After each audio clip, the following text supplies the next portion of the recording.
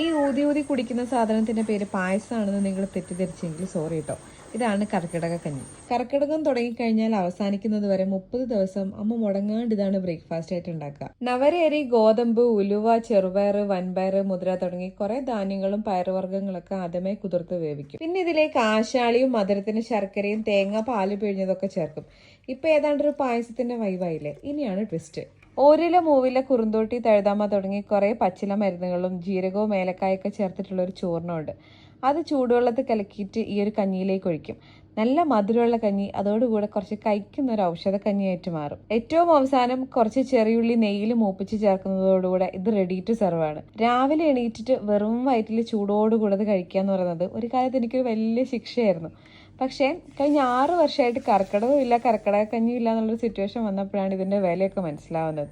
പണ്ട് അമ്മ കാണാണ്ട് ഇതൊക്കെ പശുവിനെ വെള്ളത്തിൽ ഒഴുക്കി കളഞ്ഞാൽ ഇപ്പം എനിക്ക് നല്ല വിഷമമുണ്ട്. നിങ്ങളുടെ നാട്ടിലുണ്ടോ ഇതുപോലെയുള്ള കർക്കിടകം സ്പെഷ്യൽസ്?